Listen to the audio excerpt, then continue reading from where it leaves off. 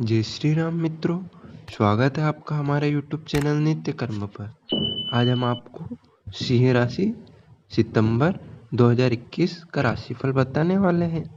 इसमें हम आपको सामान्य जिंदगी, कार्यक्षेत्र, आर्थिक स्थिति, स्वास्थ्य जीवन, प्रेम तथा वैवाहिक जीवन, पारिवारिक जीवन तथा इसके उपाय बताएंगे, इसलिए वीडियो को अंत तक अवश्य देखिएगा। सामान्य जीवन, यह माह सिंह राशि वालों के लिए थोड़ा हल्का रहने की उम्मीद है। करियर के लिए यह माह ठीक रहेगा। आपकी आजीविका ठीक चलेगी, लेकिन स्वभाव की उग्रता आपकी सफलता के आड़े आ सकती है। उच्च शिक्षा से जुड़े युवाओं के लिए यह माह अच्छा है। विदेश जाकर पढ़ाई करने का सपना पूरा हो सकता है। पारिवारिक जीवन में संतुष्टि का अभाव रहेगा। परिवार के सदस्यों के बीच विवाद की वजह से परिवार में सौहार्द का अभाव हो सकता है।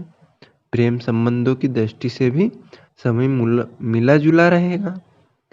प्रेम की गाड़ी विवाह के स्टेशन पर पहुंच सकती है, लेकिन माह के उत्तरार्ध में प्रेमी युगों के लिए स्थितियां थोड़ी चुनौतीपूर्ण हो जाएंगी।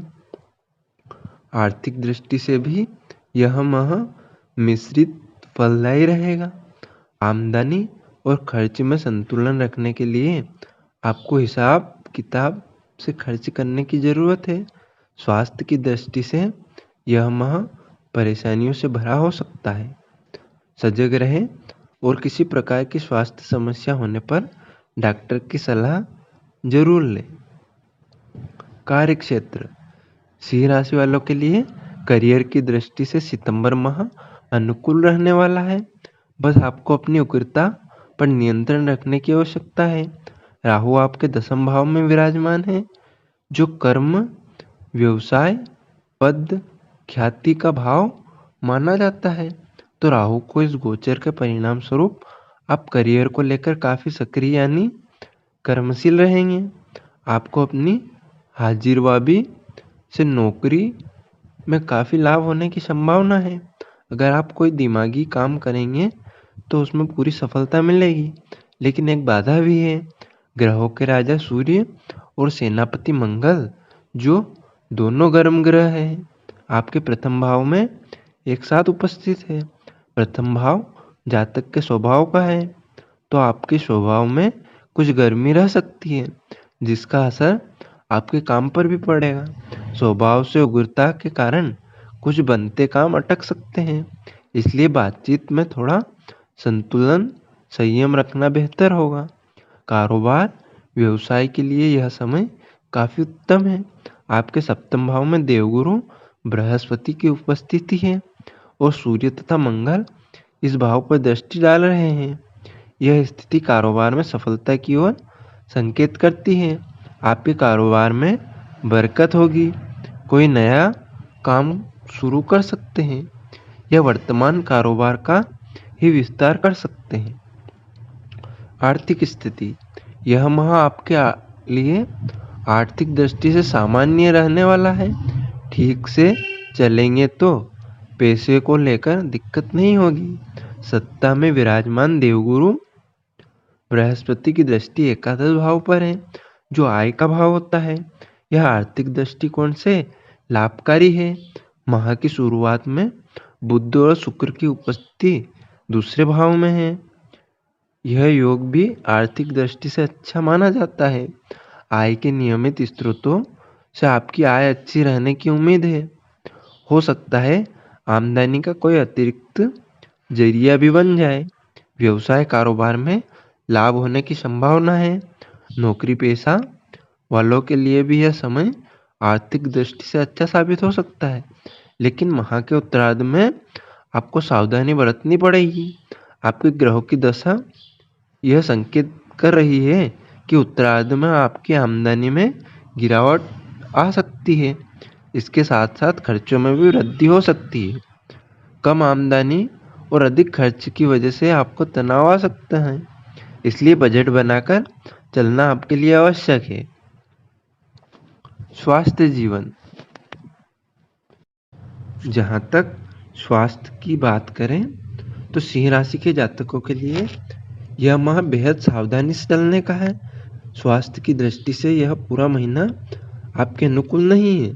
सूर्य और मंगल आपकी राशि में स्थित है, साथ ही आपकी कुंडली में अष्टम भाव के स्वामी सप्तम भाव में विराजमान है। अष्टम भाव आयु, दुर्घटना और खतरे का भाव माना जाता है। इसके अलावा शनि छठे भाव में मौजूद है। ग्रहों की ये स्थिति स्वास्थ्य से जुड़ी समस्याओं को जन्म देती है। आप किसी बीमारी की वजह से शारीरिक और मानसिक रूप से परेशान हो सकते हैं। अगर कोई भी बीमारी हो तो उसे नज़रअंदाज ना करें, डॉक्टर से अवश्य सलाह लें, अन्यथा बीमारी बढ़ सकती है। अस्पताल में भर्ती होने की नौबत भी आ सकती है। स्वास्थ्य ठीक नहीं रहेगा तो जीवन में किसी चीज़ का आनंद नहीं ले सकते। इसलिए पूरे सितंबर में स्वास्थ्य को लेकर बहुत सजग रहने की जरूरत है। प्रेम तथा वैवाहिक जीवन। प्रेम जीवन के लिहाज से सितंबर आपके लिए मिला जुला रहने वाला है। माह के पूर्वार्ध में आप प्रेम रस में डूबे रहेंगे, लेकिन उत्तरार्ध में कुछ चुनौतियों का सामना करना पड़ सकता है। माह की शुरुआत बहुत अच्छी रहेगी। प्रेमी युगलों के बीच आकर्षण और गाढ़ा होगा, रिश्ता मजबूत होगा। अगर प्रेम को विवाह के अंजाम तक पहुंचाना चाहते हैं तो यह समय बहुत अनुकूल है। अपने प्रियतम को विवाह के लिए राजी करने में आपको सफलता मिलने की पूरी संभावना है। तो शुभ काम में देर ना करें, क्योंकि माह के उत्तरार्ध में समय बदलने वाला है।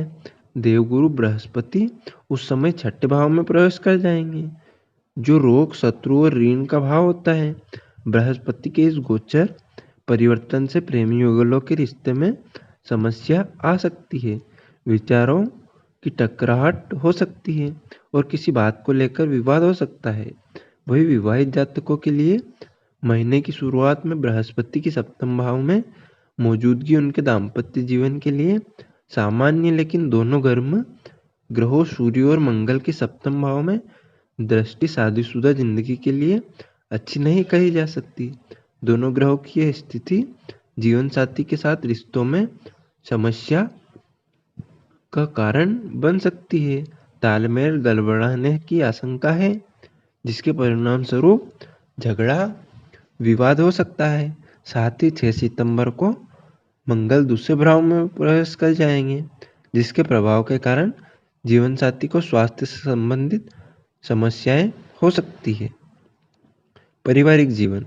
इस माह आपका पारिवारिक जीवन उथल पुथल वाला रहेगा। चौथा भाव, जो माता, सुख, वाहन, घर और प्रॉपर्टी आदि का भाव होता है, उसमें पूरे माह छाया ग्रह केतु की उपस्थिति है। केतु की इस दशा में इस माह आपके पारिवारिक जीवन में असंतुष्टि रहेगी। परिवार के सदस्यों के बीच तालमेल गड़बड़ा सकता है। उनमें असहयोगात्मक प्रवृत्ति बढ़ सकती है। केतु की यह दशा माता के स्वास्थ्य के लिए भी खराब मानी जाती है। आपकी माँ को स्वास्थ्य संबंधित दिक्कतें हो सकती है, इसलिए उनका विशेष रूप से ध्यान रखें।